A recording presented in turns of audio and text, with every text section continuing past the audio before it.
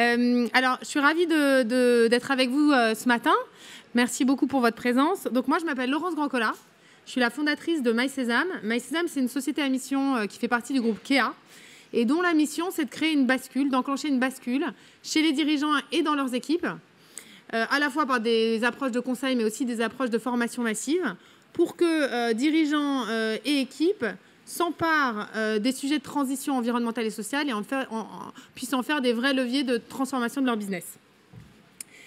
On travaille sur les modèles d'affaires, mais on commence aussi à travailler sur les modèles de réussite, et donc c'est l'objet de notre conférence aujourd'hui.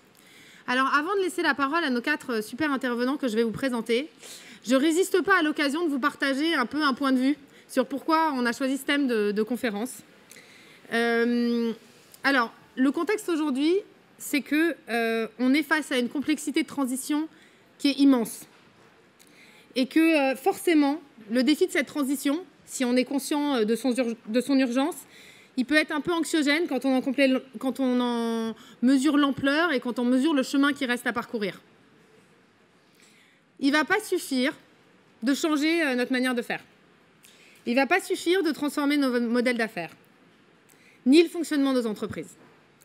Il ne va pas suffire de faire de la RSE, même si elle est stratégique, de faire de l'économie circulaire, des produits qui sont éco-conçus et qui durent marginalement un peu plus longtemps.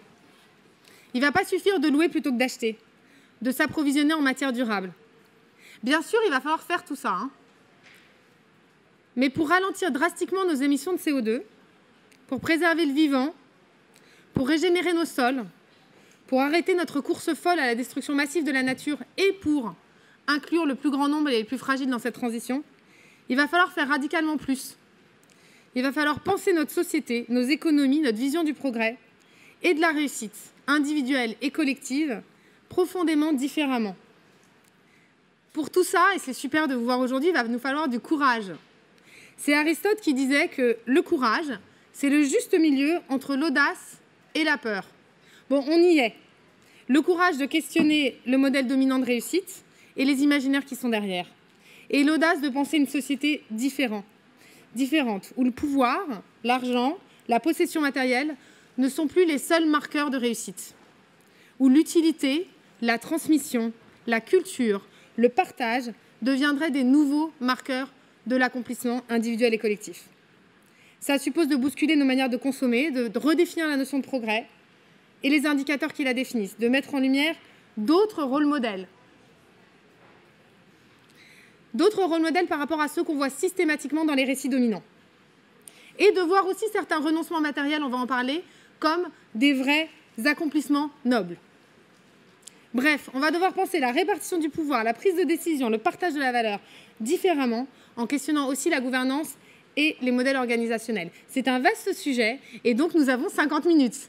Voilà, donc on a la chance aujourd'hui d'avoir avec nous 4 personnes qui pensent ces sujets-là, qui les mettent en exergue et en action dans leur propre vie et dans la manière dont ils développent leurs organisations et leurs entreprises et même des mouvements plus larges autour d'eux. Et donc j'ai le plaisir avec moi d'avoir aujourd'hui, je vais commencer par Hélène, ma binôme femme. Hélène, donc, et je vais lire sa bio, hein, je vous le dis tout de suite, elle a plus de 22 ans d'expérience variée dans l'économie conventionnelle, marketing, pétrole, finance, oui, tous ces gros mots. Et elle est ensuite allée dans l'économie en transition, notamment chez Carbone 4, mais aussi au sein du groupe SOS, et puis en tant que directrice du fonds de dotation actionnaire de Naos Boderma. Elle est toujours en action aujourd'hui pour une économie qui préserve et qui prend soin de notre humanité. Elle est dirigeante de HLU, la Heart Leadership University, elle va vous en parler. Et puis aussi membre du conseil d'orientation prospective de la Croix-Rouge, du conseil scientifique de la Green Management School et de Futurible International. Elle a donc cofondé la HLU pour révolutionner les imaginaires et la pratique du leadership associé. Ça, c'est Hélène. Attendez, j'en ai encore 3 autres. C'est que Hélène, donc costaud, quoi. Ensuite, on a Charles-Édouard Vincent, de son petit nom Charlie. Donc, PDG de Lulu dans ma rue. Donc, Charlie, il a été... Je suis désolée, je l'ai connu fellow Ashoka, donc je l'ai toujours appelé Charlie, donc je vais avoir du mal à faire différemment. Diplômé de l'IX, des Ponts et Chaussées de Stanford. Il commence sa carrière, lui aussi, dans une voie assez classique dans l'innovation numérique. Mais en 2004, il fait une rencontre avec Martin Hirsch, qui était à l'époque président d'Emmaüs France. Et ça marque un tournant décisif dans la vie de Charlie. En 2007, il décide de créer Emmaüs Défi, qui est un laboratoire d'innovation sociale, pour lutter contre la grande exclusion. Son expérience lui enseigne que la volonté ne suffit pas toujours à retrouver l'accès au travail et qu'il est indispensable d'adapter le travail à l'humain. Et en 2015, Charles-Édouard fonde Lulu dans ma rue avec la conviction qu'il est temps de mettre l'homme au cœur de nos projets. C'est un projet social ambitieux qui est porteur d'un triple objectif, proposer des services de proximité accessibles à tous, créer une activité économique durable et puis évidemment remettre à l'emploi des gens éloignés du travail. Et il nous en parlera un peu plus. On a Thomas Brezard de Norcis, qu'on peut appeler Toto, mais je n'ai pas l'habitude, donc je vais m'en passer. Thomas, il a fait un MBA en commerce international et marketing. Il a démarré sa carrière en conseil en développement durable. Il a très vite pris conscience de la dérive des modèles d'ultra-consommation. Et il a accompagné notamment pendant 8 ans des grands groupes et des PME dans la définition et la mise en œuvre de leur stratégie RSE. C'est un utopiste réaliste, Thomas, il faut le savoir. Et il se qualifie lui-même d'utopiste réaliste. Et il a emmené notamment Norcis, chez qui il est directeur de la Perma Entreprise. Donc c'est une entreprise de services numériques de 700 personnes. Il a emmené Norcis sur la voie Bicorp et Société à mission. Et aujourd'hui, il développe le mouvement de la Perma Entreprise, mais il est aussi très impliqué dans le mouvement Bicorp France et il pourra nous en parler. Et on finit par Cyril. Cyril Vu, PDG de Seabird, qui lui aussi a passé finalement 20 ans dans une économie assez classique. On va voir qu'il y a pas mal de bascules dans tous ses parcours. En tant que directeur financier dans l'industrie et dans les services. Il a repris en 2010 la société Seabird, qui est devenue aujourd'hui une référence dans l'accompagnement des métiers de l'assurance et de la banque. Et après avoir contribué au développement de l'entreprise, Cyril il a décidé de repenser sa vision du capitalisme pour le rendre plus inclusif et plus durable, et notamment par un partage plus équitable de la valeur et de la prise de décision, en créant, mais tu vas nous en parler plus en détail, un écosystème autour de son entreprise qui est détenu en partie par une fondation actionnaire, Seabird Impact, et par ses salariés. Aujourd'hui, Seabird, c'est une société à mission avec une raison d'être qui est placer le développement des potentiels humains au cœur d'un modèle d'entreprise inclusif et durable. Et Seabird est aussi Bicorp. Ça va, vous êtes épuisés par mon intro, plus les bios de ces 4 personnes incroyables. Mais on va rentrer dans le vif du sujet. Et pour rentrer dans le vif du sujet, moi, je voudrais poser une question toute simple, mais en fait, pas si simple que ça, à nos 4 intervenants. Et je vais commencer par toi, Hélène. Tu as vraiment la primeur aujourd'hui. Si on rentre dans le vif du sujet, pour toi, réussir, ça veut dire quoi? Eh bien, justement, j'ai mon pense-bête, comme toi. Et quand tu m'as posé la question, je suis allée faire une recherche sur Internet, avec Ecosia, pas avec Google d'ailleurs. Et Ecosia m'a sorti une citation du philosophe Emerson que je ne vais pas lire en entier. Réussir sa vie, voir chez les autres ce qu'ils ont de meilleur, laisser derrière soi quelque chose de bon, un enfant en bonne santé, un coin de jardin ou une société en progrès, savoir qu'un être au moins respire mieux parce que vous êtes passé en ce monde, voilà ce que j'appelle réussir sa vie. Bon, c'est 1880 à peu près aux États-Unis. Ça fait du bien de lire ça, c'est rafraîchissant. Et ça plante d'entrée le jeu du décor qui est, est-ce qu'on dit réussir dans la vie ou réussir sa vie? Bon, maintenant qu'on a fait cette précision sémantique, si le sujet c'est réussir sa vie, et si le sujet c'est les nouveaux modèles de réussite d'un leader ou d'un dirigeant, ça va nous amener à qu'est-ce que ce serait qu'un leader réussi? Ou qu'est-ce que c'est que réussir en tant que leader? Donc je vais essayer de répondre à ta question et pas seulement avec la citation. En fait, la façon aussi d'éclairer cette réflexion, c'est de lire un excellent bouquin d'un philosophe anglais contemporain, pour le coup, qui s'appelle Krasnick, qui a écrit « The Good Ancestor », le bon ancêtre. C'est un livre absolument passionnant qui nous questionne sur, finalement, dans 2 générations, 5 générations, qu'est-ce qui ferait qu'un tel ou bidule, on peut le considérer comme ayant été un bon ancêtre? Qu'est-ce qui caractérise un bon ancêtre? Et lui, je vous fais la synthèse du livre en 30 secondes, parce qu'on a peu de temps, nous dit c'est un homo amans et un homo prospectus. Donc ce n'est pas seulement un homo sapiens, ou ce n'est pas seulement un homme de pouvoir, un homme de réussite matérielle, c'est un homme qui a de la vision pour le futur, qui a une capacité prospective, et c'est un homme qui a de l'amour pour ses semblables et pour le vivant. C'est une très belle définition du bon ancêtre, et ça nous amène sur les aptitudes du leader et ce qui pourrait faire sa réussite en tant qu'humain dans le monde. Et finalement, la question de la réussite, c'est celle d'être soi, d'être pleinement soi, aligné corps, cœur, esprit, d'être connecté entre ses racines profondes et ce qu'on fait. Pour moi, ça, c'est une vraie définition de la réussite qui peut s'appliquer à n'importe qui et pas qu'à des dirigeants, d'ailleurs, ce qui est une bonne nouvelle, parce qu'il n'y a pas que les dirigeants qui ont le droit de réussir dans la vie. Je pense que c'est important de se dire ça, quand même. Et que, par ailleurs, les modèles dominants, dont tu as parlé, je vais commencer à enfoncer le coin dans les modèles de réussite, sont nourris d'un imaginaire néfaste. Parce qu'on met en avant des modèles de réussite qui sont extrêmement destructeurs, prédateurs sous toutes les formes, et qui sont la traduction dans les médias ou l'imaginaire collectif de ce qu'on appelle le dark factor. Le dark factor, c'est un concept en psychologie, ce sont les traits obscurs de personnalité de quelqu'un. Et c'est donc sa capacité à utiliser autrui pour son bénéfice personnel. C'est un quiz en ligne que je vous encourage à faire. Plus on est dirigeant statistiquement, plus on a un dark factor élevé. Égoïste, machiavélique, cupide, psychopathe, sans limite morale, et j'en passe. Donc c'est les caractéristiques qui composent le dark factor.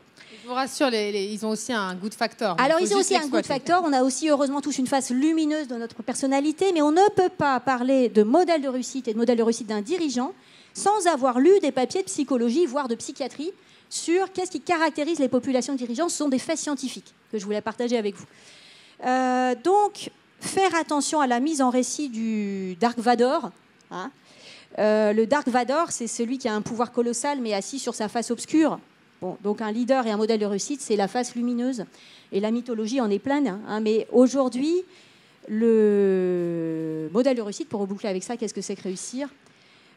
Clairement est nourri par cet imaginaire de la réussite violente, extractive, brutale, dans un culte du veau d'or d'ailleurs, hein, et un triomphe de la concentration des pouvoirs. Et je salue Cécile Renoir qui est dans la salle, qui a monté le campus de la transition, qui a fait des travaux remarquables hein, sur l'exploitation de l'homme par l'homme et les inégalités. On ne peut pas réussir de manière éthique au détriment de l'autre. Et donc il faut oser dire le triomphe des sans-cœurs sur les hordes de sans-dents. Pour moi, ça, c'est pas réussir. Merci. Et je trouve, Hélène, pour juste mettre tout le monde dans cette perspective, quand tu m'as partagé le Good Ancestor, je me suis dit c'est aussi extrêmement puissant de se mettre aujourd'hui, aussi jeune qu'on soit tous dans cette salle, dans une posture d'ancêtre. Et je trouve que ça nous donne un vrai guide, quel ancêtre on va être. Thomas, réussir sa vie dans la vie, toi, tu le mesures comment ? Tu sais quoi les marqueurs pour toi Ouais, je vais essayer d'être très complémentaire. Une approche très psychologique. Moi, je vais être peut-être plus pragmatique et terre à terre dans la réponse. Déjà, un préalable, mais ce sera rapide, je te rassure. Dis-moi combien de temps on a pour te répondre ? 2 minutes. 2 minutes, ok. En fait, réussite des entreprises, j'ai envie d'élargir aux organisations, parce que ces derniers temps, on voit quand même que les entreprises essaient beaucoup plus de considérer le social et l'environnemental quand les structures d'intérêt général essaient de beaucoup plus considérer le modèle d'affaires. Parce qu'elles sont dépendantes de subventions qui réduisent, etc. Donc en fait, toutes les organisations, elles tendent à peu près vers le même objectif, c'est une pérennité économique en ayant des propositions, des produits, des services qui vont résoudre des problématiques sociales et environnementales. Donc c'est même des organisations et de leurs leaders. Bah ouais, en fait, c'est plus large. Je pense que c'est plus large que ça. Et je mets ce préalable parce qu'il se trouve que ces derniers mois, avec tristesse, j'ai découvert que certaines organisations que j'apprécie beaucoup, qui sont parmi les entreprises qui sont, à mon sens, les plus engagées ou des super structures associatives, qui en fait vont pas bien parce que le modèle économique n'a pas tenu la route. Donc il faut arrêter d'être trop utopiste, je pense, sur tout va bien tant que c'est social et environnemental. S'il n'y a pas de modèle d'affaires, ça ne marche pas. Voilà, utopiste, réaliste. Maintenant, la réussite, je vais essayer d'être plus concret. Chez nous, en tout cas, donc Nord6, entreprise de services numériques, on est 700 à peu près partout en France. Et ma réponse, elle peut aussi s'élargir effectivement au Bicorp avec le mouvement qu'on co-préside avec Camilla Garcia. Mais la résilience, en fait. On sort de 3 années tellement particulières au niveau géopolitique, sanitaire. Les modèles d'affaires qui n'avaient pas de résilience, ils n'ont pas tenu 5 minutes. Et pour être encore plus concret, je pourrais donner des exemples de comment on arrive à ça. Mais l'année du Covid, quand le secteur des services informatiques, des services numériques, qui est plutôt un business qui va bien, fait moins 4% pour plein de raisons, Nord6 arrive à faire plutôt plus 2-3% de croissance de l'activité. Et en plus, en essayant de faire une croissance d'activité qui a un sens par rapport au projet d'entreprise qu'on mène, quoi. Donc moi, je considère que c'est aujourd'hui beaucoup ça. Et après, ça se matérialise par des indicateurs précis autour des réussites humaines, des réussites sur la considération du vivant et des réussites économiques qu'on peut avoir. 2 minutes. C'est parfait. Cyril, pour toi, réussir, ça veut dire quoi ? Beaucoup a déjà été dit. Quand tu m'as posé la question, ce qui m'est venu spontanément, et probablement ça vient d'autres personnes que de moi, mais en tout cas, c'est ce qui m'est venu spontanément, c'est laisser plus de traces de bonheur dans mon existence que de traces de désespoir. Et encore une fois, il y a probablement un auteur qui a dû écrire ça quelque part un jour. Et en tout cas, c'est rentré bien au fond de mon cerveau. Mais pour être plus concret, en fait, moi, la réussite, j'y crois pas. Le terme réussite, j'y crois pas. En fait, Parce que justement, et plusieurs amis ou relations m'ont déjà dit, Cyril, quelle réussite. Et en fait, quand on me dit ça, je dis, mais comment ça, quelle réussite? À quel référentiel de réussite te réfères-tu? Et ça rejoint ce que disait tout à l'heure Hélène, c'est-à-dire qu'on a un paradigme de la réussite qui est la réussite matérielle, qui est la réussite en termes de pouvoir, d'influence ou de pouvoir de l'argent. Donc, je n'aime pas tellement ce mot. Et je rejoins encore une fois Hélène. Ce que je trouve probablement plus utile de rechercher, c'est l'accomplissement.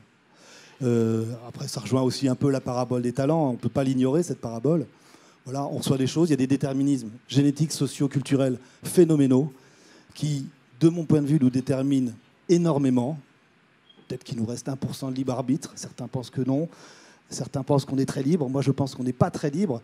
Sinon, d'être conscient de qui on est, de découvrir qui on est.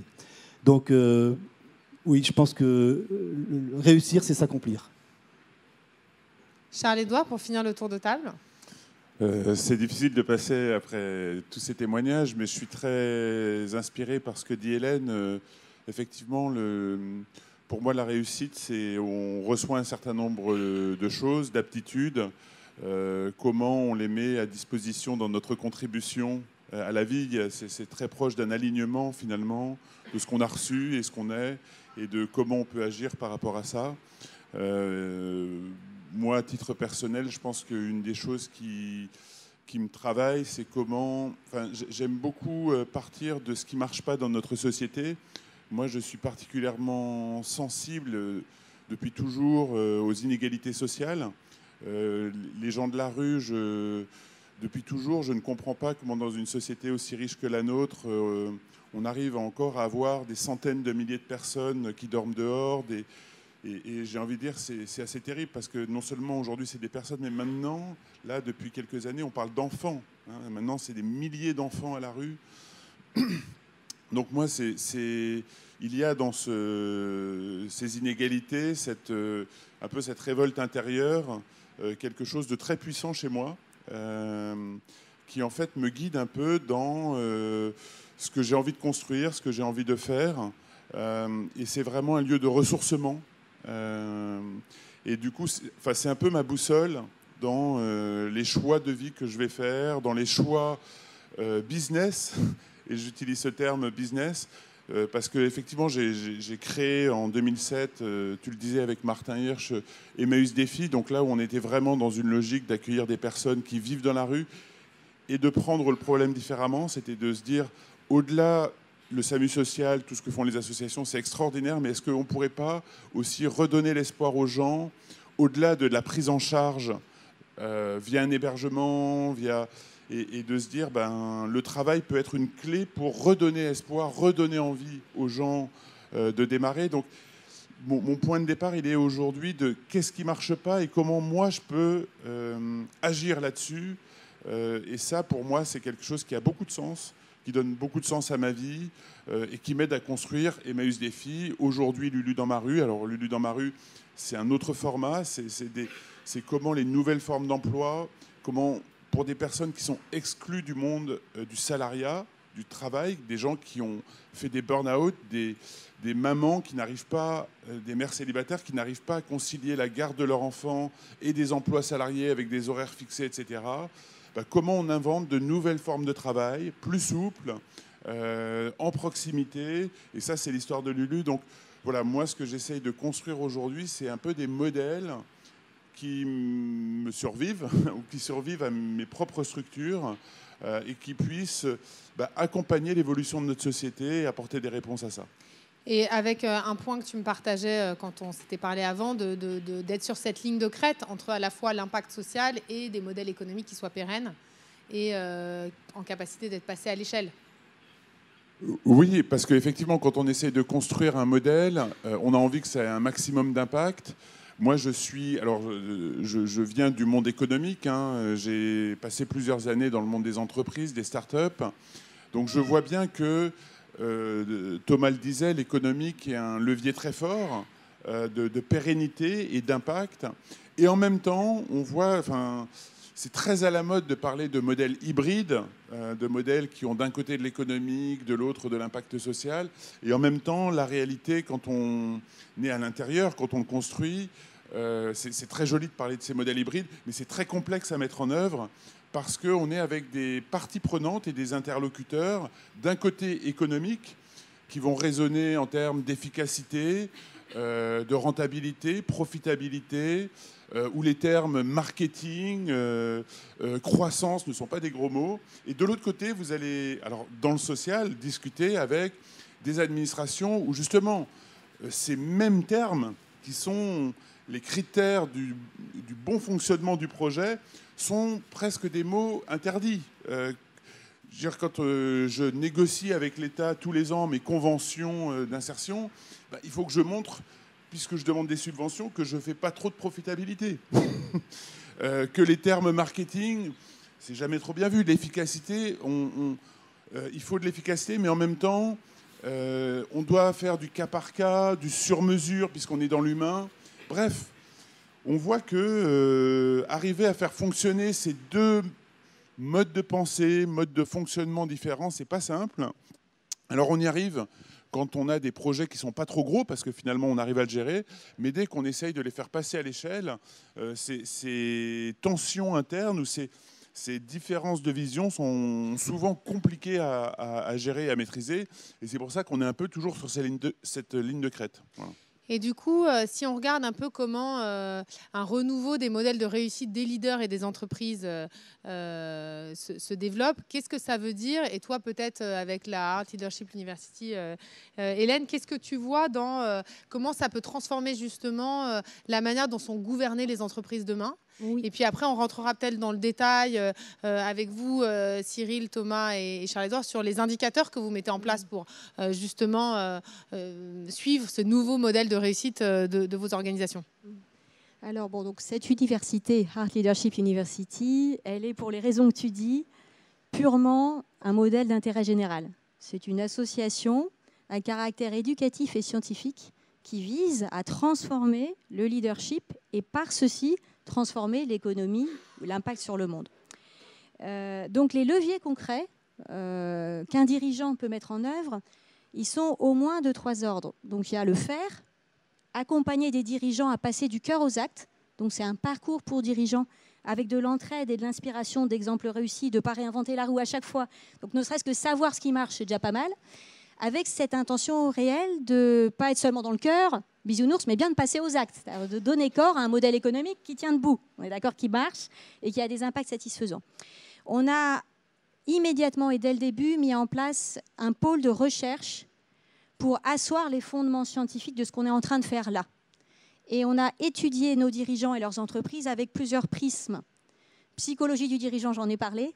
Gouvernance d'entreprise, on a fait faire un travail de recherche-action passionnant par le cabinet Profil sur le pouvoir du cœur. En quoi l'intelligence du cœur d'un dirigeant comme vous deux, qui en avez, a besoin d'un modèle de gouvernance spécifique pour pouvoir s'exprimer. Et à l'inverse, en quoi vous, qui êtes parfois président ou PDG, pouvez transformer une gouvernance d'entreprise à votre main pour rendre ces actions possibles. Donc c'est quoi les modèles de gouvernance du monde qui vient ? Entreprise à mission en France, steward ownership en Allemagne. Pour ceux qui ne connaissent pas, allez voir, c'est totalement génial. Droit de veto pour être le gardien d'une mission, par exemple. Partage du pouvoir et de la valeur. Et ligne rouge éthique qui est, avant même de partager le pognon, comment il a été produit. Donc des modèles d'affaires qui, dans la création de valeur, ne sont pas prédateurs. Donc tout ça, c'est très ambitieux, mais donc on a fait des travaux de recherche sur la personne, la structure, et on s'est dit, la personne, la structure, c'est bien, il nous manque une patte. Parce qu'un tabouret à 2 pattes, je ne connais pas. Donc, il nous manque une 3e patte. La culture.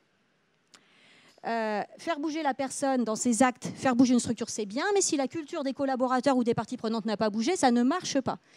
Alors, et là, on va dans l'ultra-mou. Hein, parce que tu disais, il faut du concret. Mais en fait, il n'y a rien de plus concret que la culture. On est baigné dans un bain culturel bien spécifique qui évolue au fil du temps et qui conditionne beaucoup l'action, y compris des dirigeants d'ailleurs. Pas seulement du consommateur ou du client. Donc, mieux comprendre les imaginaires du leadership, domaine auquel je ne connaissais rien, on a fait appel à un cabinet de sociologues spécialisés en sociologie des imaginaires. Ça existe. Alors quand j'ai compris que ça existait, je me suis dit, mais voilà, c'est des gens qu'on a envie de rencontrer. Ça s'appelle Eranos, ce cabinet. Ils ont fait pour HLU, pour notre université, une étude sur les nouveaux imaginaires du leadership. Qu'est-ce que c'est qu'un imaginaire de leadership? Quels sont les modèles chez les plus jeunes? Est-ce que ça bouge? Est-ce que ça bouge pas? C'est quoi les stéréotypes? C'est quoi le leader désirable? Qui fabrique les imaginaires? Médias, pas médias? Je vous invite évidemment à le lire ou à le feuilleter. Et puisqu'on est une asso d'intérêt général, je ne vous demande pas de la payer, cette publication, mais je vous demande une contrepartie, répondre au questionnaire pour donner votre avis dessus. Alors ça paraît bizarre, on dit on est d'intérêt général, on donne. Ouais, mais on a envie de faire ensemble. Donc si vous le lisez, j'ai une demande, qui n'est pas, évidemment pas une injonction, une demande. Pouvez-vous, s'il vous plaît, remplir le questionnaire? Une fois que j'ai dit ça, sur les imaginaires du leadership, il y a un fait marquant. Sur les jeunes. On pourrait se dire, on a l'impression quand on vient à ProDurable que les jeunes, ça y est, c'est fait, ça a changé, les jeunes sont verts, altruistes, Greta fan, et dans les actes, ça va changer le monde. C'est confortable pour les vieux croutons que nous sommes de penser que les jeunes vont faire la révolution des cœurs. C'est faux. C'est-à-dire que si on lit ça, les imaginaires du leadership chez les jeunes ne sont pas tant que ça, plus altruistes ou plus verts que les précédents. Et le fait marquant de cette étude, c'est que l'imaginaire du leader désirable de chacun est conditionné très majoritairement par son père. Dans la vie, je serais... Grosse responsabilité des papas, plus que des mamans papa. Apparemment. Mais... Et donc, finalement, c'est ce que vous faites peut-être en tant que père qui est encore plus important que ce que vous faites en tant que dirigeant. Enfin, c'est les deux. C'est à travers votre modèle de vie que vous conditionnez la suite. C'est pas les médias, c'est pas les réseaux sociaux, c'est pas les potes, c'est pas les influenceurs. Alors pourtant, les influenceurs, ils gagnent bien leur vie, mais c'est au rang 2. Au rang 1, j'utilise un dicton, les chiens font pas des chats, ou un truc comme ça, qui est on sera le fils de son père. Et pas de sa mère, d'ailleurs, c'est décevant pour les femmes, mais les mamans ne sont rarement un rôle modèle. C'est très défrisant comme truc. Donc voilà, donc, ça veut dire que les évolutions d'imaginaire du leadership, c'est du temps long. Parce que si mon papa était un grand leader d'une méga grosse entreprise qui crache énormément de pognon et que j'ai grandi là-dedans et que c'est mon modèle de leader désirable, et ben c'est ça que je vais faire à 80%. Voilà. Ça pose des vraies questions du temps long. Donc, on peut agir sur les actes, on peut agir sur les structures de gouvernance, on peut agir sur les modèles économiques, mais au fond, la culture, ça va falloir bouger. Ça va prendre du temps. Alors justement, si on regarde un petit peu sur les autres leviers, on a un petit peu parlé de vous, vos boussoles en tant que leader individuel. Si on regarde un peu sur les sujets de modèle économique et de gouvernance, peut-être avec des exemples un peu incarnés, Cyril, qu'est-ce qui a changé? Tu es notamment passé par la HLU d'ailleurs, j'en profite pour le souligner. Qu'est-ce qui a changé aujourd'hui dans ta gouvernance? Tu es à la tête d'une boîte de 250 salariés, qui est une belle boîte dans la lecture classique de ce qu'est la réussite d'une entreprise. Et pour autant, il y a des choses très différentes. Est-ce que tu peux nous raconter un peu comment tu mesures la réussite de ta boîte, comment ça a changé la gouvernance, la répartition du pouvoir et tout ce que tu as mis en œuvre et que tu es en train de mettre en œuvre? Alors pour ça, il faut que je revienne un petit peu en arrière. J'ai un parcours effectivement assez classique de financier d'entreprise. J'ai fait 4 ans de fusion-acquisition. J'ai racheté des sociétés de logiciels. J'ai travaillé avec des banquiers d'affaires, des fonds d'investissement. Et puis... j'ai utilisé ce monde-là et j'ai procédé depuis 2010 à 3 LBO avec des fonds d'investissement et des banques sur la structure de conseil que j'ai reprise en 2010. On est passé de 15 à 250 en une dizaine d'années et je suis devenu riche.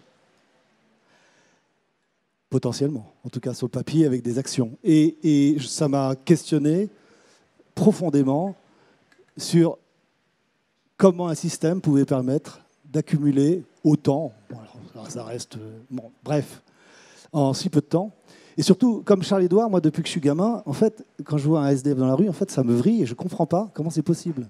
Je m'interroge, et je ne suis pas le premier, sur l'origine de l'inégalité entre les hommes et ça me révolte. Et donc, tout d'un coup, je vois que je connais une bonne fortune et je me dis, mais quels sont mes mérites? Est-ce que je peux gagner 10 fois plus, 100 fois plus, 1000 fois plus que quelqu'un? Et je me penche sur les déterminismes sociaux, culturels, génétiques, et je me rends compte qu'en fait, c'est absolument pas possible. Et ça l'est d'autant moins dans un monde où on est bientôt 10 milliards, où il y a un gâteau, et plus je prends une grosse part maintenant, moins il y en a pour les autres, c'est une certitude, puisqu'on sait que les ressources sont finies. Et ça, j'en prends conscience. Alors, j'ai ça en moi depuis toujours, mais je me dis, OK, alors, cette bonne fortune, elle tombe sur moi, probablement, ça veut dire quelque chose. Et je me dis, bah tiens, je vais essayer à ma petite échelle justement de m'aligner, quoi. Et en 2018, je me dis, ben déjà, alors il se trouve que le fondateur, il faut organiser sa sortie, et que lui est plutôt d'obédience libérale, on va dire. Ça me coûte très très cher, la négociation est horrible. Et je me dis, ah non, c'est pas possible. Moi, je n'ai pas de veau d'or qui va guider ma vie. Et donc, je décide déjà de donner 50% des titres que je possède à une fondation actionnaire. Et je me rends compte que dans le système français, ce n'est pas possible. On ne peut pas, si on a 3 gamins, donner plus de 25% de ce qu'on possède. Parce que la société française, elle est construite pour préserver l'héritage. On est passé de 30% d'héritiers à 70% d'héritiers en l'espace de 30 ou 40 ans. Nous sommes dans une société de rentiers, je ne vous l'apprends pas. Et nous sommes dans une société avec une dichotomie très forte entre le lucratif et le non-lucratif dont parlait Charles-Édouard tout à l'heure. Alors qu'en fait, me suis-je dit, mais on ne peut pas juste créer de la valeur comme ça, et puis après monter des actions philanthropiques pour essayer de rendre le give back. Moi, j'y crois pas. Il faut ab initio créer des entreprises, des organisations, des projets qui sont fondés sur la durabilité, l'inclusion, et qui sont tout de suite, qui réconcilient l'économie et la philanthropie. Mais Bercy est le gardien du temple et fait en sorte que le secteur lucratif et le secteur non lucratif soient des choses absolument bien dissociées. Alors qu'en fait, ça veut dire que je peux monter une boîte qui fait l'extraction de gaz de schiste, bousiller le monde, employer des mineurs du sud-est asiatique, et après je monte une fondation pour restaurer les écosystèmes et venir en aide à l'enfance du sud-est asiatique. On marche sur la tête, quoi. Et donc je me suis dit, essayons de créer un écosystème de conseil d'un nouveau genre. Donc j'ai créé une fondation actionnaire à qui nous avons apporté avec ma femme 25% des titres que je possédais. L'objectif, c'est qu'elle soit majoritaire une fois que mes enfants seront majeurs et qu'ils acceptent de renoncer à cette quote-part d'héritage qui leur revient par la loi. Et faisons également en sorte que dans la société commerciale, on s'aligne avec les objectifs de la fondation. Donc progressivement, faisons évoluer nos offres de conseil, qui étaient du conseil classique, vers des offres d'accompagnement à la transformation et vers une plus grande, une meilleure prise en compte des humains. D'où Société à mission, d'où Bicorp. Voilà où nous en sommes aujourd'hui, et ce n'est que le début. Et mon objectif désormais, c'est de grandir, de développer des alliances avec d'autres sociétés de conseil ou d'autres acteurs pour que des explorations d'alternatives crédibles et concrètes d'un meilleur partage de la valeur et du pouvoir existent et préparent justement et alimentent ce leadership du XXIe siècle. Alors juste peut-être pour compléter, avant de te passer la parole, Thomas, tu me disais, parce que je suis allée un peu te chercher quand on s'est parlé en amont de cette... Je te disais, oui, mais tu as pu faire ça parce que tu accumules les pouvoirs. Président, directeur général, actionnaire majoritaire. Donc en fait, tu es roi chez toi et tu décides. Du coup, quel chemin aussi tu as mis en branle pour challenger ça avec ce que tu es en train de mettre en œuvre avec Cyburn? Alors la Heart Leadership University que je conseille à tous les chefs d'entreprise, naturellement tous les dirigeants, m'a beaucoup aidé à ça, même si j'avais entrepris un travail préalablement. Les sujets climatiques et les sujets du carbone, en fait, c'est l'arbre qui cache la forêt. Le vrai problème de fond, c'est partager la valeur, partager la décision. Et que les dirigeants ne considèrent pas que quand ils ont du pouvoir, eh bien, ils ont tout compris à la vie et que ce pouvoir, il faut absolument qu'ils le préservent. Donc j'ai mis en place un partage plus grand de la valeur et surtout un partage de la décision, puisque j'ai nommé un vice-président dans la fondation actionnaire qui représente la fondation actionnaire au board, donc ce n'est plus moi. J'ai créé, donc on est passé entreprise à mission, il y a un comité de mission qui a voix au chapitre dans tout ce qui est justement raison d'être de l'entreprise. Dans le board, j'ai créé un board avec des personnalités que je connaissais et d'autres que je ne connaissais pas, et j'ai souhaité atteindre une parité de genre, c'est très important. Voilà, j'ai créé des organes de consultation et de gouvernance qui font que c'est pas Cyril qui décide tout seul une de son direction côté. Générale. Et j'ai effectivement, récemment dissocié les fonctions de président et de directeur général, puisque j'ai recruté une directrice générale qui vient de prendre les rênes des opérations. Ok, merci. Et peut-être petite précision, aujourd'hui, ta fondation actionnaire, elle va notamment travailler sur les indicateurs de mesure de cette réussite des entreprises avec les sujets de triple comptabilité. Tu pourras peut-être nous en dire un mot tout à l'heure. Du coup, Thomas, chez Norcis, ça se passe comment de mesurer la réussite et quels sont vos... Voilà, vous avez 2 jambes, c'est un tabouret à 2 jambes peut-être, il y en a peut-être 3. Raconte-nous un peu et raconte-nous la perma-entreprise. Alors, déjà, Cyril, on a un point commun, c'est que en fait, je suis dans la position de tes enfants. Et donc, tout le bien que je te souhaite, c'est que... Il est bien plus jeune que toi, c'est ça qu'il essaie de... Pardon si tu le prends mal. mais pour dire que en fait, je te souhaite qu'il soit très désintéressé de l'argent, parce que ce qu'on a décidé de faire chez Norcis, c'est ça en fait. C'est de se dire la performance économique qu'on génère, si tant est qu'elle soit créée pour une bonne cause, doit être mise au pot commun en fait. Donc aujourd'hui, Norcis, depuis 10 ans, il n'y a pas de dividende. Ça fait aujourd'hui, en gros, à peu près 50% de la richesse créée en fin d'année, elle est réinvestie dans la boîte pour la pérenniser. L'autre moitié, elle est redistribuée aux salariés via une fondation, via un fonds de dotation actionnaire. On se rejoint là-dessus. Et d'autres mécanismes, notamment pour préserver et régénérer le vivant. Et là, je trouve que la réussite, y compris économique, elle a toute sa justesse, tout son sens. Chez nous, on a, alors en termes de gouvernance, parce que le mot est revenu 2-3 fois, on a à peu près 100 à 150 personnes qui contribuent activement à la gouvernance de l'entreprise, sur 700. Donc c'est beaucoup. On essaie de trouver la juste mesure, que ce ne soit pas trop lourd à mener. Mais en gros, on a 3 organes de gouvernance qui vont travailler sur des sujets de fond et proposer des solutions. Il y a 3 organes au-dessus qui vont décider de ce qu'on fait ou ce qu'on ne fait pas et comment on le fait éventuellement. Et il y a 3 organes de contrôle. Donc ça nous fait 9 organes de gouvernance, à peu près 150 personnes différentes qui... propose, suggère, etc., qui valide et qui contrôle. Voilà. Maintenant, comment on mesure la réussite ? Voilà, sur la mesure de vos indicateurs, qu'est-ce que vous suivez chez Norcis ? Je vais faire un parallèle avec la façon dont on essaie de construire des stratégies viables et durables d'entreprise depuis 30 ans. J'aimerais bien dire que ça fait 30 ans que je bourlingue, mais ce n'est pas le cas, ça fait moins de 12 ans, enfin moins de 15 ans en tout cas. Mais j'ai l'impression que ça suffit pour avoir un peu de recul. C'est que le fameux triptyque People, Planet, Profit, c'est une belle mascarade. En tout cas, après 30 ans de pratique dans les milieux que vous connaissez, on ne peut malheureusement pas vraiment constater que ça a fait avancer positivement les choses dans le monde de l'entreprise au sens large. Et je ne mets pas tout le monde dans le même bateau.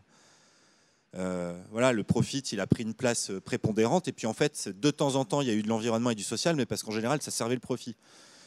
Donc, quand Norcis a expérimenté des dispositifs nouveaux pour renforcer considérablement l'engagement qui pouvait être le sien et le rôle de l'entreprise qui peut être une entreprise au service du bien commun, en tout cas c'est ce que je souhaite qu'on arrive à faire. Bicorp, société à mission, RSE, on a à peu près tout essayé en fait. Mais il y avait une limite, c'est qu'on n'était pas en train de créer une culture d'entreprise forte autour d'une idée de contribuer à l'intérêt général. On faisait des audits, de la mesure, des stratégies, mais ça ne parlait pas forcément beaucoup aux équipes. Et puis il y avait cette limite du logiciel de départ, pour prendre un mot qui est très propre à notre milieu, qui à mon sens n'était pas le bon, vu ce que je viens de dire en préalable. Et quand on a notamment regardé la question de l'éthique, qui dans les métiers du numérique devient une question centrale, on a découvert, bon, pour d'autres raisons, mais je m'arrête pour ne pas faire long, la permaculture, avec un truc clé que vous pouvez retenir. Tout est basé sur 3 éthiques indissociables. Et vous allez voir le parallèle avec notre People, Planet, Profit, il est formidable. Ça devient People, Planet, Limit. Ça change tout. En permaculture, vous cherchez à prendre soin des humains, à préserver le vivant et à fixer des limites. Alors, fixer des limites, ce n'est pas vraiment la culture de base du monde de l'entreprise, vous voyez. Donc, on est en train d'opérer une bascule culturelle au niveau des directions, mais aussi au niveau des salariés et de les outiller pour pouvoir eux-mêmes le faire. Et pour terminer, en allant très vite sur les 3 piliers, les 3 jambes de notre modèle et de notre culture d'entreprise désormais, économique, rentabilité, non-dépendance à 1 ou 2 clients, il faut qu'on soit résilient. Humain, ça peut être des indicateurs assez classiques, comme la formation, etc. Mais aujourd'hui, moi, je mesure plus la fierté des équipes, le turnover, parce que dans notre secteur, c'est chaud. Et on voit que nos résultats sont bien au-dessus de la moyenne de notre secteur, donc ça va dans le bon sens. Et puis environnement, alors environnement, il y en a plusieurs, il y en a peut-être un que je veux partager parce que pour moi il devient essentiel. Tonnes de CO2 équivalent par million d'euros de chiffre d'affaires. C'est fini de faire people, planète, profit séparés. Maintenant c'est ensemble. Donc de combien de CO2 j'ai besoin pour faire du chiffre d'affaires, et autant que possible un chiffre d'affaires utile pour la société avec des missions positives. Voilà quelques exemples de gouvernance. Et peut-être juste un exemple de renoncement. Est-ce que les limites font partie... Est-ce que vous avez déjà renoncé à quelque chose? Alors à pas mal de choses ces derniers temps, pour une simple raison, enfin simple, pour une bonne raison, c'est que on a créé il y a 4 ans un conseil éthique. Alors ça, il y en a dans plein de... Souvent, ça s'appelle un comité d'ailleurs, mais nous, on a un rôle de conseil vis-à-vis des équipes qui peuvent nous solliciter. Et n'importe quel salarié peut agiter le drapeau en disant, les gars, entre la raison d'être, le modèle PERMA et ce que je suis en train de faire, il y a un truc qui cloche. Donc en fait, n'importe qui dans la boîte peut être lanceur d'alerte. Et ça change aussi beaucoup de choses. Et la première saisine du conseil d'une salariée à 4 ans, c'était, là on fait un projet dont la finalité est plutôt de nature à pérenniser des modèles intensifs en CO2. Est-ce que c'est compatible avec le modèle PERMA? Bon, la réponse était assez claire. Et donc on a arrêté de travailler sur ça. Et derrière, on a créé un outil pour que n'importe qui dans la boîte puisse préévaluer les risques éthiques de son projet. Et donc c'est ça qui fait qu'on est en train de créer une forme de bascule culturelle. Et je peux vous citer un renoncement pour un prospect qui est venu nous chercher sans mise en concurrence. Donc ça arrive rarement, c'est plutôt confort en termes de business. Sauf que domiciliation fiscale à Malte et en Suisse, on a dit non. C'est pas fixer des limites et partager les richesses, ça. Donc vous voyez, c'est pour des raisons fiscales, pour des raisons environnementales, aussi pour des raisons humaines. Il y a une boîte, on n'a pas bossé avec elle parce qu'on sentait que la dirigeante, elle allait massacrer nos équipes et c'était hors de question. Merci. Charles-Édouard, toi, du coup, comment aujourd'hui, dans la ligne de crête que tu nous parlais, tu mesures le job de Lulu et puis peut-être plus personnellement sur les sujets d'accomplissement. Mais d'abord, en commençant par Lulu. Déjà, juste, vous m'entendez? Oui. Pour ceux qui ne connaissent pas Lulu dans ma rue, ce qu'on fait, donc en fait, on est une entreprise d'insertion par le travail indépendant. Donc, notre mission, c'est de ramener des personnes sur le marché de l'emploi en utilisant une autre forme de travail que l'emploi salarié, c'est-à-dire que ce sont des indépendants. Les Lulu sont des indépendants. Alors concrètement, c'est une conciergerie qui rend des petits services à domicile. Donc aujourd'hui, on est sur Paris, on démarre Lyon. Sur Paris, c'est à peu près 1000 Lulu qui tous les jours rendent des services aux Parisiens, essentiellement du petit bricolage, des petites réparations, de la manutention, du nettoyage, du ménage, etc. Donc tous les petits coups de main à domicile. En fait, dans le quartier, nous, on a construit une appli qui permet aux Lulu qu'on accompagne de recevoir toutes les demandes du quartier et de pouvoir y répondre. Alors, on en a fait à peu près 100 000 l'an dernier. En général, ça se passe bien. Bon, mon voisin, en arrivant, m'a dit « j'ai fait appel à lui, c'était atroce ». Bon, mais en général, ça se passe plutôt bien. On a un suivi, etc. Donc ça, c'est notre cœur de métier. Donc on est vraiment une entreprise avec un rôle du marketing, etc. Mais le combat qu'on porte et l'origine du projet, il vient vraiment, il a ses racines dans Emmaüs Défi. C'est-à-dire que moi, j'avais monté Emmaüs Défi donc pour des SDF qu'on accompagnait à se réinsérer, etc. Donc Emmaüs Défi, c'est un chantier d'insertion qui accompagne des personnes très fragiles, très cassées. Et je voyais bien que vouloir absolument les ramener dans le monde de l'entreprise classique avec un emploi, un chef, etc., ça n'allait pas le faire. Et j'avais toujours cette idée des petits boulots qui ont disparu dans notre société, qui pourtant ont un rôle très très important. Et la volonté de Lulu, c'était de réinventer les petits boulots à l'ère du digital et quelque part pouvoir en faire un levier d'insertion, mais aussi un levier de lien social, de recréer en fait un peu cette économie inclusive qui faisait que ces petits boulots, autrefois, faisaient que tout le monde avait un peu sa place dans la société. Alors pour pouvoir faire ça, autant Emmaüs Défi était une association, autant il y avait vraiment une volonté d'impact. Et j'ai décidé de créer une entreprise. Donc Lulu dans ma rue, c'est une SAS. Alors pourquoi je l'ai fait? C'est parce que j'avais aussi besoin de très gros moyens pour construire tout le système d'information et le marketing, parce que construire une marque B2C, je peux vous dire, ça coûte cher. Et donc, je ne pouvais pas, avec un format associatif et puis des dons, ça ne suffisait pas. Et notamment, j'avais une vision aussi de se donner les outils, de pouvoir changer d'échelle et de pouvoir faire appel à des investisseurs. Alors certes, pas n'importe lesquels, puisqu'en fait, on a un projet social, donc on est plutôt sur des fonds d'impact ou sur des personnes qui ont effectivement des fondations, des grandes fortunes. Donc aujourd'hui, c'est eux qui sont à mon conseil d'administration. Et du coup, dans ma gouvernance, j'ai effectivement des investisseurs et j'ai aussi une association qui porte en fait le projet social et garantit dans ses droits de vote que le projet, sa mission première, c'est l'insertion. Donc comment j'évalue la réussite de Lulu dans ma rue?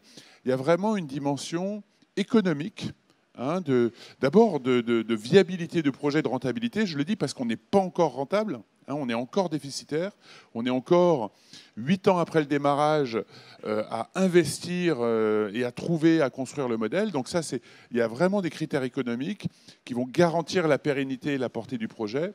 Et puis il y a des objectifs, pardon, dans mes critères de réussite, aussi d'impact du nombre de personnes que je vais pouvoir avoir. Et ça, j'ai envie de dire, donc c'est mes premiers critères de réussite, une dimension économique, mais aussi une dimension sociale très forte. Et donc, l'objectif de Lulu, aujourd'hui, il est d'inventer de nouvelles formes de travail, de nouveaux leviers d'insertion en utilisant le travail indépendant. Alors, je le dis accessoirement, donc les Lulu sont auto-entrepreneurs. C'est pas simple de construire ça parce qu'aujourd'hui, notamment dans le social, l'auto-entrepreneuriat, c'est vu comme précarisant et tout. Donc, on lutte contre des... Hein ? Tu cumules. Ouais, non, mais on lutte contre des préjugés et pourtant, je vois bien toute la valeur que ça a pour tout un tas de personnes. Je donnais l'exemple tout à l'heure des mères célibataires, mais aussi on parle beaucoup des seniors, des gens qui ont eu des vies dans des entreprises où ils sont physiquement amoindris, ils ne peuvent plus prendre de boulot salarié et donc en tant que Lulu, ils vont prendre une activité et c'est eux qui vont regarder la distance à faire, quand ils sont en forme. Voilà, il y a aussi ces personnes-là qu'on ne voit pas. Hein, mais je peux vous donner encore d'autres exemples pour lesquels vraiment le fait d'être indépendant est la clé pour retrouver le monde du travail. Mais on a travaillé donc avec l'État et sur le deuxième axe en fait comment j'évalue la réussite de Lulu, c'est aussi qu'est-ce qui dépasse Lulu. Et on a fait passer une loi en 2018, là on y travaille parce que c'était une loi d'expérimentation qui crée ce nouveau modèle d'insertion, l'insertion par le travail indépendant. On travaille avec l'ADI aussi sur ces sujets-là. Et là, on est en train de travailler en ce moment sur le projet de loi plein emploi pour que ce soit pérennisé. Donc il y a aussi, nous, Lulu, c'est plus de 1000 Lulu à Paris, c'est 100 000 prestations, c'est 4 millions d'euros de chiffre d'affaires pour nos Lulu. Donc il y a ces chiffres-là, mais il y a aussi ce qui dépasse Lulu. Et ce qu'on a réussi à construire aujourd'hui, c'est une 60aine d'entreprises d'insertion par le travail indépendant sur les 5 dernières années. Voilà, c'est aussi pouvoir construire des modèles qui nous dépassent et auxquels on croit. Merci. On entend du coup, Hélène, ces témoignages de dirigeants qui requestionnent leur propre modèle de leadership et de réussite, qui le font dans leur organisation, qui le font même avec une volonté d'empreinte systémique. C'est les fondations actionnaires, c'est la recherche sur la triple comptabilité, c'est ce que tu disais sur faire évoluer les lois pour l'insertion. On est plein de positivisme et d'énergie, mais on aimerait bien avoir ta vue sur est-ce que ce mouvement-là, c'est les 4 qui sont assis sur la scène, est-ce que c'est un mouvement massif, est-ce que c'est encore un mouvement embryonnaire, et dis-nous vraiment ce que toi tu vois de ta fenêtre sans filtre, Hélène, sans filtre. Ce que je vois, c'est que ici, bien sûr, il y a des graines de changement réelles et puissantes que les sociologues, je vais utiliser un gros mot, je suis désolée, appellent une hétérotopie. Ni une utopie, ni une dystopie, un machin affreux. Donc c'est un espace autre où tout ceci existe déjà et c'est génial que ça existe. La question que tu poses, c'est est-ce que c'est suffisant pour un changement systémique et est-ce que ça va faire boule de neige ? Ça ne fait pas boule de neige si on oublie de regarder en face Goliath. C'est-à-dire Cyril, Charlie et Thomas sont David contre Goliath. Goliath, ou le Léviathan en politique, c'est le monstre technocratique qui nous écrase. Et c'est les pouvoirs concentrés et les contre-pouvoirs. Donc notre université, elle cherche à rendre encore plus puissants les David par la connaissance du monde qui vient et la concentration des pouvoirs. Alors, on connaît tous les gros des énergies fossiles, les lobbies de la chimie, bref, tout ce qui est de la prédation et de l'économie fossile. On connaît moins en Europe les énormes pouvoirs du numérique mondiaux. Je vous invite à lire un bouquin qu'on a mis dans la bibliothèque de notre université qui s'appelle AI Superpowers, donc les super pouvoirs de l'intelligence artificielle. Merci pour les noms anglophones. Voilà, mais c'est important que cette matière arrive à tous, et notamment aux dirigeants, pour voir loin, savoir le monde qui vient, savoir ce qu'il y a en face, et ne pas se gourer de combat, ou de tactique en tout cas, pour y aller. Donc, pour répondre à ta question, pour que cette hétérotopie devienne massive, il faut faire acte d'influence et pas juste acte de pédagogie. La pédagogie est essentielle, c'est ce qu'on fait dans nos parcours éducatifs, et acte d'influence, c'est beaucoup plus dur. pour m'être tapé, pour être poli, les lobbies de la chimie pendant 4 ans, quand j'étais au groupe SOS pour la transition agricole, s'attaquer à des lobbies, c'est compliqué. C'est peut-être même 20. Mais on a choisi 2 leviers d'influence que je vous partage parce qu'ils sont libres d'accès à tous. Le pouvoir des livres et le pouvoir des écrans. Le pouvoir des livres, c'est de dire qu'on est dans un monde de frénésie, business, où parfois on ne prend plus le temps de se poser, de lire, de penser, que ce soit pour lire les vieux sages et Aristote ou pour lire un roman contemporain, et que le livre est salutaire. Le livre fait du bien aux dirigeants, le livre fait du bien à chacun, et le livre, ça ouvre l'esprit. C'est subversif. C'est Fahrenheit 451. On est à l'époque de la pensée unique, pognon, technosolutionnisme, bonsaï. Celui qui ne pense pas comme ça, c'est un con. Donc, le pouvoir des livres, on ne le fait pas tout seul, on le fait avec une partenaire qui s'appelle Céline Mas, qui est une femme de lettres extraordinaire, qui est ambassadrice de l'ONU, parce que remettre du livre dans le monde des dirigeants et de l'économie, c'est subversif et c'est influent. Et je vous invite donc à participer à nos événements de rencontres autour des livres pour gens pressés qui n'ont pas le temps de lire. On fait des formats courts, on est sympa. Voilà, on permet à un dirigeant débordé de lire une fiche de lecture de 2 pages ou de regarder un débat d'1 heure. Et le prochain, c'est mardi. On invite Arnaud Gangloff, Kéa, en face à face avec Jean-Pierre Goux, révolutionnaire absolu, qui a écrit un roman qui s'appelle Le siècle bleu. C'est un éco-polar pour la révolution des cœurs. Et le propos, ça sera transition en douceur ou révolution des cœurs. Bon, donc Jean-Pierre va enfoncer le clou, mais voilà. Donc pour porter leurs convictions par le livre, qui est un pas de côté, mais un pas de côté essentiel pour penser le monde, le pouvoir des livres. Deuxième levier d'influence, et je finis avec ça, le pouvoir des écrans. Bon, on est dans un monde numérique, d'écrans, d'images. Bien entendu, on est tous influencés par les images, et mettre à l'écran Cyril, dans une web-série qui a été faite par Valérie Zoido, c'est extrêmement important. Donc ce n'est pas de la vidéo commerciale, c'est le contraire, c'est de la vidéo émotion, qui met en récit par l'image le cœur de Cyril, si tu m'autorises cette image. C'est-à-dire que la face lumineuse des dirigeants, leur intuition, leur empathie, le courage, on peut le faire passer par l'écran. C'est extrêmement puissant. On n'a pas assez de moyens, mais on le fait quand même. Donc le changement d'échelle, ça ne se fera pas forcément tout seul, ça se fait avec un travail d'influence ou de contre-influence massif. Merci. Et j'en profite pour compléter ton point avec un propos que j'ai échangé avec Aurélien Barraud, qui a toujours ces phrases absolument lumineuses, en disant aujourd'hui, c'est super, mais demander à un dirigeant de changer radicalement ses marqueurs de réussite individuelle et collectif, c'est comme demander à un enfant qui commence un jeu, avec des règles du jeu, de perdre. Donc voilà, on est aujourd'hui dans un système. Il y a aussi une approche systémique de changer les règles du jeu. Parce que si vous êtes joueur, si on vous demande de commencer un jeu et on vous dit en fait tu joues mais c'est pour perdre, c'est évidemment plus compliqué. Moi, je peux illustrer ton exemple. Vas-y, et après je vous donnerai un petit homework avant les questions. Minute. Une question qui m'amuse beaucoup en ce moment, que j'aime bien poser à des gens d'une génération qui n'est pas la mienne. Qu'est-ce qui se passe cette année si vous ne faites pas de croissance ? On entend les mouches voler. Parce que culturellement, ils ne se sont pas construits autour de cette idée-là. Donc je pense que dans les jeunesses, parce qu'elles sont protéiformes, il y a plus de confort avec cette idée-là. Mais aujourd'hui, je pense que la très grande majorité des personnes qui prennent les décisions dans les boîtes sont absolument pas prêtes à cette idée de perdre. Alors du coup, vous allez pouvoir vous poser cette question pendant les prochains jours. Et la deuxième chose que moi, je vais vous demander, avant qu'on garde du coup les 10 minutes qui nous restent pour des questions si vous en avez, sinon j'en ai d'autres, c'est avant de partir, vous allez demander à votre voisin, c'est quoi le livre qu'il a lu récemment, qui lui a plu. Tu m'as donné cette idée, Hélène. Et vous allez partager autour d'un livre. Moi, j'en ai 2-3. S'il y en a qui n'ont rien lu, qui peuvent venir me voir, j'ai 2-3 choses à vous partager. Voilà, remettons le pouvoir des livres, en effet, et du temps, du recul et de la réflexion dans nos vies. Je vous propose qu'on laisse les 10 minutes qui nous restent à la salle pour vous poser des questions.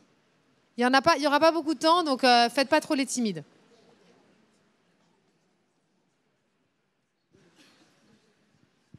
Pas de questions ? Il y a une question.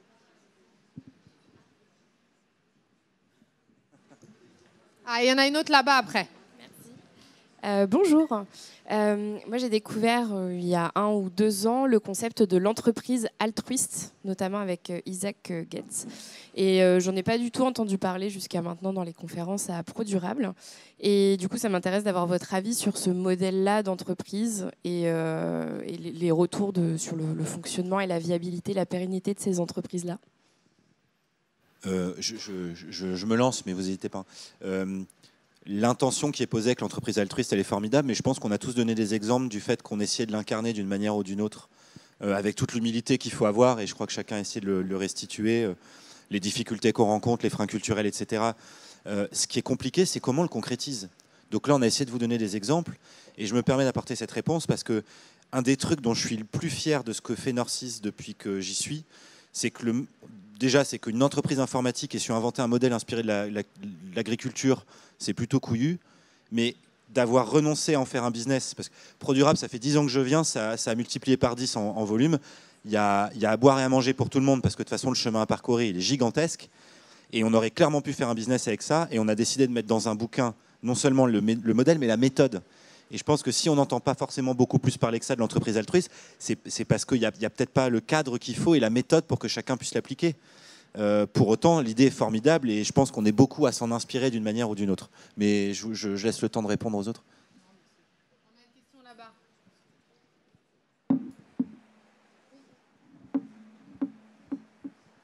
là-bas. Bonjour, Xavier Corval, je dirige l'entreprise sociale Ecosphère. Ma question, c'est la suivante. Comment vous positionnez le poids, le paramètre, voire les contraintes des charges, d'une part, et de la réglementation, d'autre part, dans l'évolution de vos modèles économiques? Et puis le bouquin que je viens de lire reflète pas mal ce que vous évoquez, c'est Le chemin des estives de Charles Wright.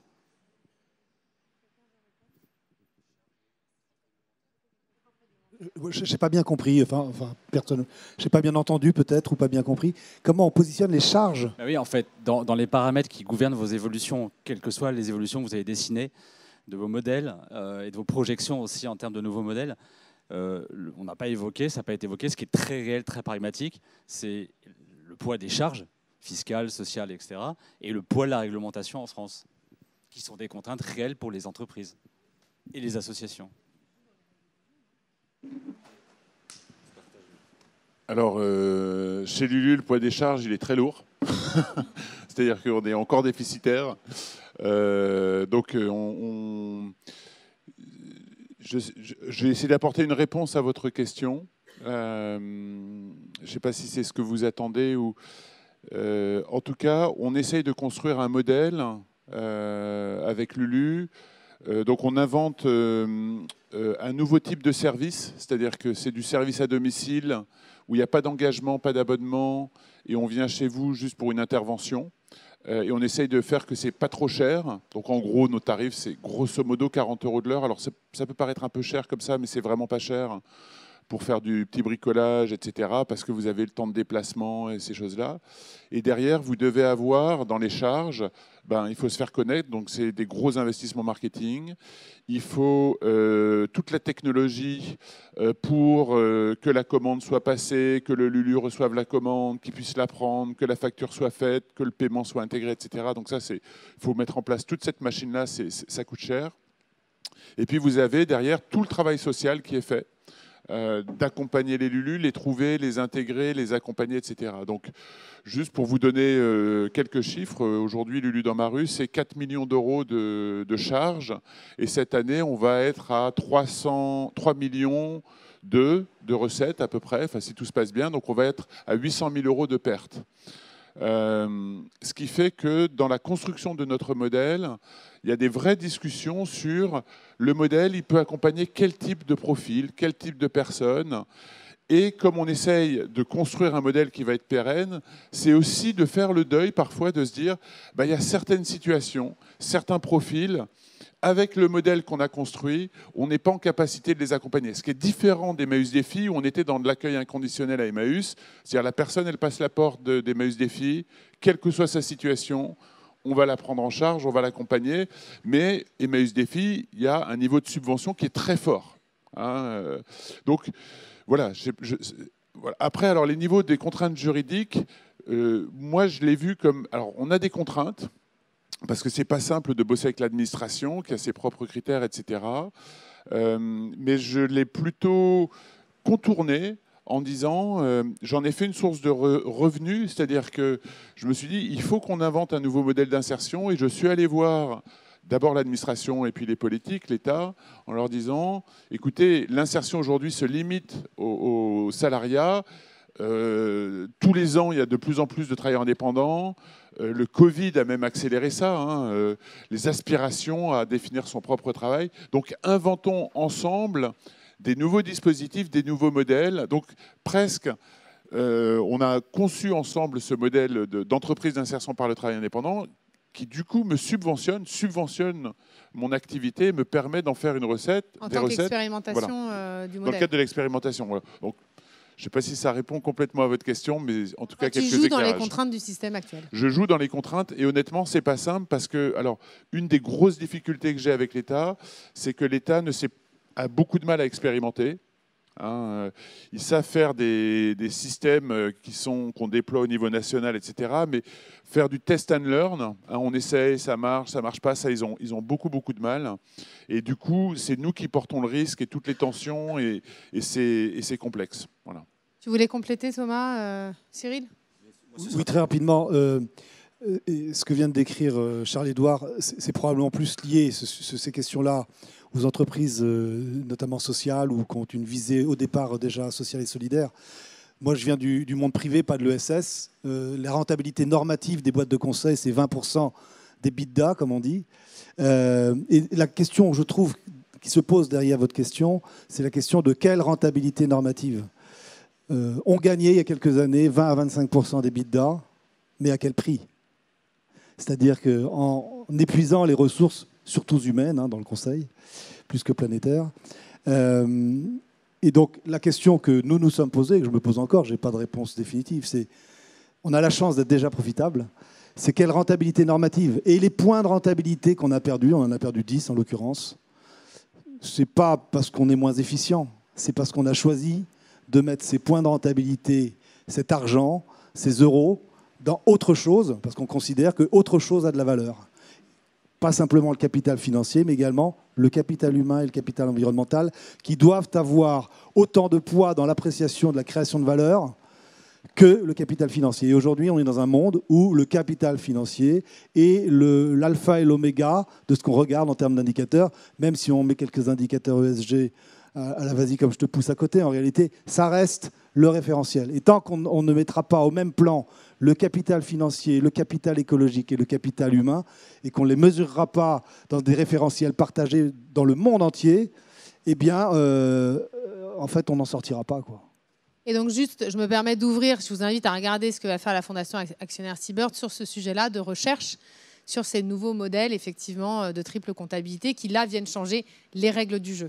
Tu voulais dire un point de complément et puis, très court et très concret. En fait, je pense que la constante, c'est l'idée de l'anticipation. Quand je vous disais tout à l'heure, pas de dividendes depuis 10 ans, bah, en fait, on avait de la trésorerie solide au moment du Covid et on a pu renoncer au PGE pour ne pas jouer avec l'argent public, comme beaucoup de grands groupes l'ont fait d'ailleurs, en autofinançant les intercontrats, par exemple, des salariés qui se retrouvaient sur le carreau.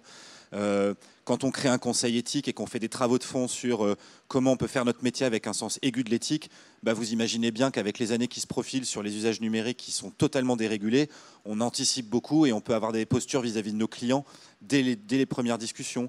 Quand on a une stratégie climat qui se veut très ambitieuse depuis 5 ans, et même si ça ne sera jamais suffisant, bah, je pense qu'on sera largement en avance sur des exigences légales demain, où l'émergence de la CSRD, tout ce qu'on fait depuis presque 10 ans maintenant, fait qu'on est largement outillé pour ça. Donc, capter des signaux faibles, essayer d'anticiper autant que faire se peut pour pouvoir être résilient le jour venu. Et c'est cohérent avec ce que tu nous disais, Hélène. Peut-être un mot de conclusion, Hélène, toi aussi. Un mot sur le réglementaire. L'histoire nous enseigne que la loi, c'est la loi du plus fort. C'est Rousseau, hein, c'est pas d'hier. Dans le contexte où on est, le cadre réglementaire, en général, aide, favorise ou subventionne les activités prédatrices de ressources naturelles et destructrices de l'humain. Ça ne va pas changer tout de suite. C'est un fait historique long aussi. On est dans une plutocratie. Pour ceux que ça intéresse, lisez Julia Cagé en sciences politiques, donc qui est cette expression d'un système où on fait la loi du plus fort. Sachant ça, on peut quand même jouer dans ou à côté des règles du jeu, plus intelligemment pour une économie qui prend soin de l'humain et du vivant. Tu le fais, donc ça prouve que ça marche jusqu'à un certain point. Certains essayent et y arrivent moins bien. Je pense à Ulteria en Bourgogne, qui a une fondation actionnaire aussi, qui a été extrêmement affectée par finalement la crise économique post-Covid et la chute des ventes de bio. Le cadre réglementaire fait que leurs activités sont défavorisées par rapport à des gros pollueurs et les affreux, comme tu les appelles. Et dans ces cas-là, qu'est-ce qu'on fait ? le cadre réglementaire n'est pas bon, la puissance publique ne finance pas. On va chercher des acteurs invisibles qui s'appellent le philanthrocapitalisme. En France, on a une vision très légaliste, très intérêt général, mais à l'échelle européenne ou mondiale, le philanthrocapitalisme a largement surpassé le capitalisme. Donc la concentration de pouvoir par des grosses fondations, pour le dire en termes plus simples. Eh bien, heureusement, dans ces acteurs du philanthrocapitalisme, il y a les affreux, mais il y a les gentils. Et les gentils, dans ces cas-là, c'est bien pour aller corriger une réglementation ou des règles de jeu qui sont structurellement défaillantes. Donc, Ulteria continue son aventure, ses expérimentations, ses modèles de réussite originaux et innovants grâce à un apport de financement d'une fondation anglaise purement issue du philanthrocapitalisme. Donc on n'est pas désespéré. C'est-à-dire, même quand le cadre de droit n'est pas le bon et qu'on ne voit pas comment on peut le faire bouger, on peut aller chercher des alliés là où on n'y penserait pas forcément. Je vois les prochains arriver. Je voudrais qu'on applaudisse nos 4 intervenants. Merci beaucoup.